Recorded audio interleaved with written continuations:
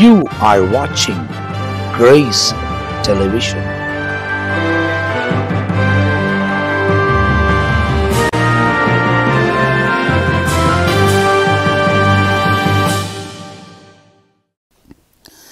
ஆண்டவரும் அருமை இரட்சகராக இயேசு கிறிஸ்துவின் நாமத்தினால் உங்கள் யாவருக்கும் என் அன்பின் வாழ்த்துக்களையும் ஸ்தோத்திரங்களையும் நான் தெரிவித்துக் கொள்கிறேன். தேவனுடைய பெரிதான கிருபையால் இயேசுவோடு கூட பேசுவோம் வாருங்கள் என்ற இன்னொரு பகுதியில் இந்த காலையில் உங்களை சந்திப்பதிலே நான் மிகுந்த மகிழ்ச்சி அடைகிறேன்.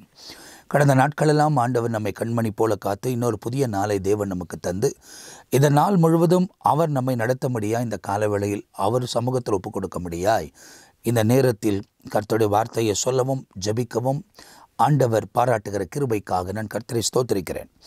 ஆண்டவர் இதுவரை நடத்தினார், தொடர்ச்சியாய் நம்மை வழிநடத்துவதற்கு அவர் உண்மை உள்ள தேவனாயிருக்கிறார்.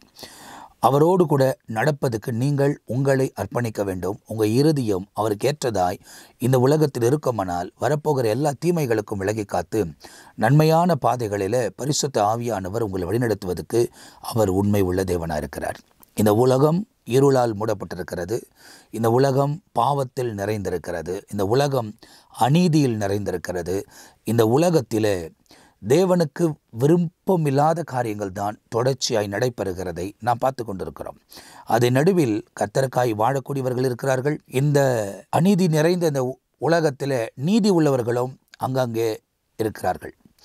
அப்படிப்பட்ட நீதி உள்ளவர்களுக்கு நியாயம் செய்யதான் தேவன் தம்முடைய பிரசன்னத்தை விளங்க பண்ணி தொடர்ந்து அற்புதமாய் ஒவ்வொருவரையும் நடத்தி வருகிறதை நாம் அறிந்திருக்கிறோம். பாவம் செய்கிற அத்தனை பேரும் மனம் திரும்பினால்தான் தேவனோடு கூட சஞ்சரிக்க முடியும், இந்த உலகத்தில் ஜெயத்தோடு கூட வாழ்ந்திருக்க முடியும் என்பதை நீங்கள் தெளிவாய் தெரிந்து கொள்ள முடியும்.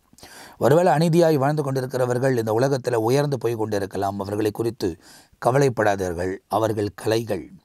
நாள் ஒன்று வரும்போது கோதுமை தான் களஞ்சியத்தில் சேர்க்கப்படும், பதரையை அக்கினியில் தான் கர்த்தர் சுட்டெரிப்பார். எனவே நாம் அவர்களை பார்க்காமல் நீதியாய், நேர்மையாய், பரிசுத்தமாய், உண்மையாய் வாழ்ந்த இயேசுவை பின்பற்றுவதற்கு நாம் ஒப்பு கொடுக்கும் போது ஆண்டவர் தம்முடைய பிரசன்னத்தையும் மகிமையும் நம்முடைய வாழ்க்கையில் விளங்க பண்ணுவதற்கு அவர் உண்மை உள்ளவராக இருக்கிறார். எனவே இந்த நாள் முழுவதும் தேவ சமூகத்தில் அர்ப்பணித்து உங்களை நீங்கள் காத்துக்கொள்ளுங்கள். வரப்போகிற எல்லா தீய காரியங்களுக்கும் தீய சுவாபங்களுக்கும் தேவன் விலகி காத்து அற்புதமான பாதையில் நம்மை நடத்துவதற்கு அவரே உண்மை உள்ள தேவனாக இருக்கிறார். வேதத்திலிருந்து ஒரு வசனத்தை உங்களுக்கு நான் சுட்டி காண்பிக்க விரும்புகிறேன். பரிசுத்த லூக்கா எழுதின சுவிசேஷம் 21ஆம் அதிகாரத்தில் 19ஆம் வசனம் இவ்விதமாய் சொல்லுகிறது. By your patience possess your soul என்பதாக எழுதப்பட்டிருக்கிறது. உங்கள் பொறுமையினால் உங்கள் ஆத்மாவை காத்துக்கொள்ளுங்கள். அப்படியானால் பொறுமை நிமித்தமாய் தான் உன் ஆத்மாவை நீ தப்பிவித்துக் கொள்ள முடியும் என்பதை நாம் தெளிவாய் துல்லியமாய் அறிந்து கொள்ள வேண்டும். காரணம், இந்த உலகம் அநீதியால் நிறைந்திருக்கிறபடியால் நீதி செய்வதற்கு நிறைய ஆட்கள் இல்லை. அநீதியாக தான் இந்த உலகம் போய் கொண்டிருக்கிறது. எதுக்கெடுத்தாலும் லஞ்சம், எதுக்கெடுத்தாலும் குறுக்கு வழிகள், எதுக்கெடுத்தாலும் உலக பிரகாரமான தவறான காரியங்களை கேட்பதும் நடத்துவதும் தான் இந்த உலகத்தில் நிறைந்திருக்கிறது. இவைகளெல்லாம் நியாயத்தீர்க்க முடிதான் இயேசு 2ஆம் முறை வெளிப்பட போகிறார். அவர் நிச்சயமாய் நியாயம் தீர்ப்பார். அதுக்கு பிறகு இந்த உலகத்தில் 1000 வருஷம் ஒரு நீதி உள்ள அரசாங்கம் நடக்கும். அதுக்கு இயேசு தான் ராஜாவாக இருக்க போகிறார். யாரெல்லாம் கிறிஸ்துவுக்காய் வாழ்ந்தார்களோ, கிறிஸ்துவுக்காய் இரத்த சாட்சிகளாய் மரித்திருக்கிறார்களோ அவர்களெல்லாம் இயேசுவோடு கூட சேர்ந்து ஆளுகை செய்வார்கள் என்பதாக வேதத்தில் நமக்கு தெளிவாய் சொல்லப்பட்டிருக்கிறது. எனவே இந்த காலவேளையில் இந்த நிகழ்ச்சியை பார்த்து கொண்டிருக்கிற நீங்கள் தெளிவாய் அறிந்து கொள்ள வேண்டும். பொறுமையினால் உங்கள் ஆத்துமாவை நீங்கள் காத்துக்கொள்ள வேண்டும் என்று வேதத்தில் எழுதப்பட்டிருக்கிறது. ஆகையால் மிகுந்த பொறுமை உள்ளவர்களாய் இந்த உலகத்தில் வாழ்வதற்கு நீங்கள் ஜெபிக்க வேண்டும், முயற்சி எடுக்க வேண்டும். அதுக்கு ஏற்ற வாழ்க்கை முறையை வாழ்வதற்கு நீங்கள் அர்ப்பணித்துக் கொள்ள வேண்டும். நீங்கள் அப்படியெல்லாம் முடிவு பண்ணும்போது தான் உங்களை கோபம் ஊட்டுறதுக்கு நிறைய காரியங்கள் வரும், உங்களுக்கு எதிராக நிறைய காரியங்கள் செயல்படும். ஆனால் அது நடுவில் பரிசுத்த ஆவியானவருடைய நிறைவு உங்களுக்குள் இருக்குமானால் அந்த சூழ்நிலைகளெல்லாம் முன்னேறி கடந்து போவதற்கு தேவன் நம்மை ஆசீர்வதிப்பதற்கு அவர் சர்வ வல்லமை உள்ள தேவனாக இருக்கிறார். எல்லா குறைகளையும் அவர் நிறைவாக்க அவரால் முடியும்.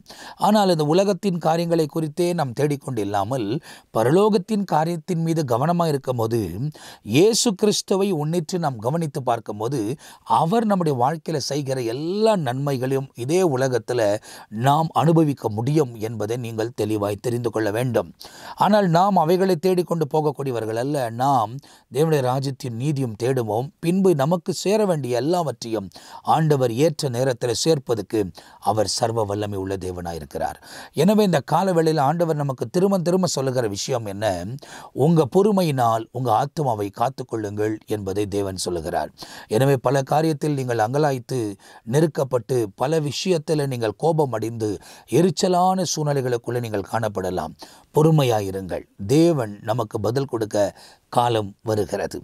தேவன் நீதிமானுக்கான காலத்தை கொண்டு வரக்கூடிய நாட்களுக்குள்ளே நாம் பிரவேசித்திருக்கிறோம்.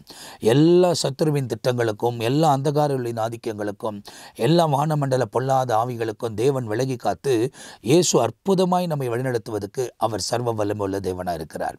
இந்த நாளிலே நீங்கள் அவருக்கு அர்ப்பணித்து அவருக்கு எல்லாவற்றையும் தெரியப்படுத்தி குடும்பத்தை குறித்தோம், தனிப்பட்ட வாழ்க்கை குறித்தோம், இன்னைக்கு நீங்கள் செய்ய வேண்டிய காரியங்களை குறித்தோம், நாளை குறித்து கவலைப்படாதீங்க. நீங்கள் இன்றைக்கு நன்றி சொல்லுங்கள், நாளைக்கு வழி திறக்கும் என்று தான் வேதத்தில் எழுதப்பட்டிருக்கிறது. அப்படி நீங்கள் தேவனை விசுவாசிக்கக்கூடியவர்களாக இருப்பீர்கள் ஆனால் எதை குறித்தும் கலங்க மாட்டீர்கள். காரணம், அவர் எல்லாவற்றையும் பார்த்துக்கொள்ள வல்லவராக இருக்கிறார். அவரால் இந்த உலகத்தில் கூடாத காரியம் என்பது ஒன்று கூட இல்லை. எனவே தேவனோடு நடக்கவும், தேவனோடு வாழவும், தேவனோடு சஞ்சரிக்கவும் உங்கள் வாழ்க்கையை நீங்கள் அர்ப்பணித்துக் கொள்வீர்களானால் தொடர்ந்து தேவன் நம்மை வழிநடத்துவதற்கு அவர் சர்வ வல்லமை உள்ள தேவனாக இருக்கிறார். எனவே எல்லா பொறுமையோடு கூட உங்கள் ஆத்துமாவை காத்துக்கொள்வதற்கு உங்கள் வாழ்க்கையை நீங்கள் அர்ப்பணித்துக் கொள்ளுங்கள். எல்லா சத்துருவின் திட்டங்களுக்கும், அந்தகாரரின் ஆதிக்கங்களுக்கும், வானமண்டல பொல்லாத ஆவிகளுக்கு விலகி காத்து நன்மையால் முடிசூட்டி அற்புதமான பாதையில் அவரே இந்த நாள் முழுவதும் நடத்தி கொண்டு போவதற்கு அவர் சர்வ வல்லமை உள்ள தேவனாக இருக்கிறார். எதை குறித்தும் கலங்காதீர்கள். குறிப்பாய் இந்த நாட்களில் பிள்ளைகளை ஸ்கூலுக்கு அனுப்புவதை குறித்தும், பணத்தை குறித்தும், அவங்களுக்கு கட்ட வேண்டிய ஃபீஸுகளை குறித்தும், மற்ற காரியங்களை குறித்தும் அநேகர் அங்கலாய்த்து கொண்டிருப்பீங்க. ஆனால் எல்லாவற்றையும் தேவனுக்கு ஜெபத்தில் தெரியப்படுத்துங்கள். ஆண்டவர் உங்களுக்கான வழிகளை நிச்சயமாய் தரப்பார். சூழ்நிலைகளை மாற்றுவார், நெருக்கங்களை மாற்றுவார், போராட்டங்களை மாற்றுவார். அவர் உங்களுக்கு ஜெயம் கொடுத்து தெளிவான பாதையில் அற்புதமான விதத்தில் நடத்துவதற்கு அவர் சர்வ வல்லமை உள்ள தேவனாக இருக்கிறார். அவரால் முடியாதது ஒன்றும் இல்லை. நீங்கள் அவரை நம்புங்க, அவர் சமூகத்தில் ஒப்பு கொடுங்க, உங்கள் வழிகள் வாய்க்கும். உங்கள் வழிகளில் தேவன் தம்முடைய பிரசன்னத்தை விளங்க பண்ணி அற்புதமான பாதத்தில் உங்களை வழிநடத்துவதற்கு அவர் உண்மை உள்ள தேவனாக இருக்கிறார்.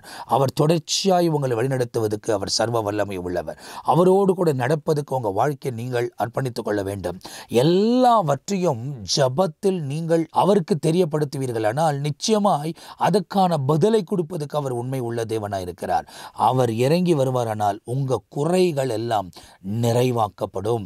சத்துரு எந்த காரியத்தை உங்களுக்கு விரோதமாய் கொண்டு வந்தாலும் அவைகளெல்லாம் அதமாக்கி தேவன் உங்களுக்கு ஜெயம் கொடுப்பதற்கு அவர் உண்மை உள்ள தேவனாய் இருக்கிறார். தொடர்ந்து இயேசுவை நீங்கள் உறுதியாய் பற்றி கொள்ளுங்கள். அவரையே நம்பி இருக்க உங்கள் வாழ்க்கையை ஒப்புக்கொடுங்கள். உங்களையும் உங்கள் குடும்பங்களையும் தொடர்ந்து பாதுகாத்து அவர் வழிநடத்துவதற்கு அவர் உண்மை உள்ள தேவனாய் இருக்கிறார். ஆகையால் தான் இந்த வசனத்தில் நீங்கள் பார்க்கும்போது 21ஆம் அதிகாரத்தை தொடர்ந்து வாசிக்கும் போது இந்த காரியத்தில் கடைசி நாட்களில் நடக்க போகிற ஏராளமான சம்பவங்கள் இங்கே சொல்லப்பட்டிருந்தாலும் இந்த இடத்துல நீங்கள் பார்ப்பீர்களானால் அந்த 19ஆம் வசனம் வரும்போது, ஏன்னா நிறைய காரியத்தை சொல்லுகிறார். காரணம் என்ன? கடைசி நாட்களின் அடையாளங்களை தான் அவர் 21ஆம் அதிகாரத்தில் பேசுகிறார். எதை மத்திய எழுதின சுவிசேஷம் 24ஆம் அதிகாரத்தில் பேசியிருக்கிறாரோ அந்த காரியங்களை இந்த இடத்தில் பேசினதை லூக்கா பதிவு பண்ணுகிறார் அவர் 21ஆம் அதிகாரத்தில். அதில் 19ஆம் வசனத்தில் அவர் சொல்லுகிறார், எல்லாம் பொறுமையோடு கூட உங்கள் ஆத்துமாவை காத்துக்கொள்ளுங்கள் என்று இயேசு சொன்னதாக அவர் எழுதுகிறார். அப்படியானால் இன்னைக்கு மிகுந்த பொறுமையோடு கூட நீங்கள் உங்கள் ஆத்துமாக்களை காப்பாற்றும்படியாய் உலக பிரகாரமான காரியங்களை விட்டு தேவனோடு கூட நடப்பதற்கு உங்களை ஒப்புக் கொடுக்க வேண்டும். அப்போது நீங்கள் உங்கள் ஆத்துமாக்களை பாதுகாத்துக் கொள்வீர்கள். அது நிமித்தமாய் கோபம் மூட்ட வரலாம், எரிச்சல் மூட்ட வரலாம், உங்களை சண்டை இழுக்க வரலாம், இல்லை நீங்கள் சண்டை போடக்கூடிய அளவுக்கு சூழ்நிலைகள் எழும்பலாம். அவைகளெல்லாம் விட்டு விலகிடுங்க. சமாதானமாய் தேவனுடைய சந்தோஷத்தில் தொடர்ந்து அவரை நம்பி, மனுஷனை நம்பினா தானே சண்டை வரும், மனுஷனை நம்பினா தானே ஏமாற்றம் வரும். நீங்கள் கர்த்தரை நம்பியிருங்க, ஏமாந்து போகவே மாட்டீங்க. ஆண்டவர் பலன் தந்து தைரியம் தந்து வழிநடத்துவதற்கு அவர் உண்மையுள்ளவராக இருக்கிறார். எனவே இந்த காலவேளையில் கர்த்தர் சொல்லுகிறார், எல்லா பொறுமையோட உங்கள் ஆத்துமாக்களை காத்துக்கொள்ளுங்கள். நீங்களும் காத்துக்கொள்ளணும், நானும் காத்துக்கொள்ளணும். நாம் ஜெபிப்போம். கர்த்தர் தம்முடைய இரக்கங்களை விளங்க பண்ணுவார். நல்ல பிதாவே, இந்த காலவேளையில் இந்த நிகழ்ச்சியை பார்க்கிற ஒவ்வொருவருக்காக நான் ஜெபிக்கிறேன். பரிசுத்த ஆவியானவர் இதுவரை இவர்களை பாதுகாத்து பாதுகாத்து ஆசீர்வதித்து வழிநடத்தி கொண்டு வருகிறதுக்காய் ஸ்தோத்திரம். தொடர்ந்து ஆவியானவர் நடத்துங்க. உங்கள் நாமத்தையே உயர்த்த மகிமைப்படுத்த கிருபை தாங்க. சத்துருவின் திட்டங்களுக்கும் அந்தகாரர்களின் ஆதிக்கங்களுக்கும் வானமண்டல பொல்லாதாவிகளுக்கும் விலகி காத்து நன்மை, இரக்கம், கிருபை, தெய்வம் கட்டளையிட்டு பரிசுத்த ஆவியானவர் கூட இருந்து பலப்படுத்தி பாதுகாத்து ஆசீர்வதிக்க வேண்டுமா நான் ஜெபிக்கிறேன்ப்பா. அவங்க தோல்விகள் எல்லாம் ஜெயமாகட்டும். அற்புதமான பாதையில் உங்களுடைய பிள்ளைகளை நடத்தும். குறைகள் எல்லாம் நீக்கி நிறைவை தந்து அவங்க எதிர்பார்க்கிற நன்மைகளை கொண்டு வந்து ஆசீர்வதிக்க வேண்டுமா நான் ஜெபிக்கிறேன். உங்கள் திருப்பிரசனத்தில் உங்கள் திருப்பாதத்தில் சமர்ப்பிக்கிறேன். பொறுப்படுத்துகள் வழி நடத்துங்க. உங்கள் நாம மகிமைப்படட்டும். இயேசு கிறிஸ்துவின் நாமத்தில் ஜெபிக்கிறோம் ஜீவனுள்ள நல்ல பிதாவே. ஆமேன், ஆமேன். பிரியமானவர்களே, இந்த காலையில் நிகழ்ச்சி உங்களுக்கு ஆசீர்வாதமாக இருந்திருக்கும் என நான் நிச்சயமாக நம்புகிறேன். ஒவ்வொரு நாளும் தேவனுடைய ஊழியக்காரர்கள் வசனங்களை விதைத்து கொண்டே இருக்கிறார்கள். வசனத்தை கேளுங்கள், வசனத்தை புறம்பா தள்ளாதிருங்கள். பார்க்கிற நீங்கள் மற்றவங்களோட கூட ஷேர் பண்ணுங்கள். உங்கள் கமெண்ட்ஸை கூட பதிவு பண்ணலாம். ஜெபிங்க, நாங்கள் உங்களுக்காக ஜெபிக்கிறோம். இந்த நாள் முழுவதும் கர்த்தர் உங்களை நடத்துவதற்கு வல்லவராக இருக்கிறார். வருகை தாமதிக்கமானால் ஜீவனோடு கூட கர்த்தர் வைப்பாரானால் அடுத்த எபிசோடில் சந்திக்கிற வரை நான் உங்ககிட்ட இருந்து விடைபெறுகிறேன். கர்த்தர் உங்களை ஆசீர்வதிப்பாராக. ஆமேன், ஆமேன்.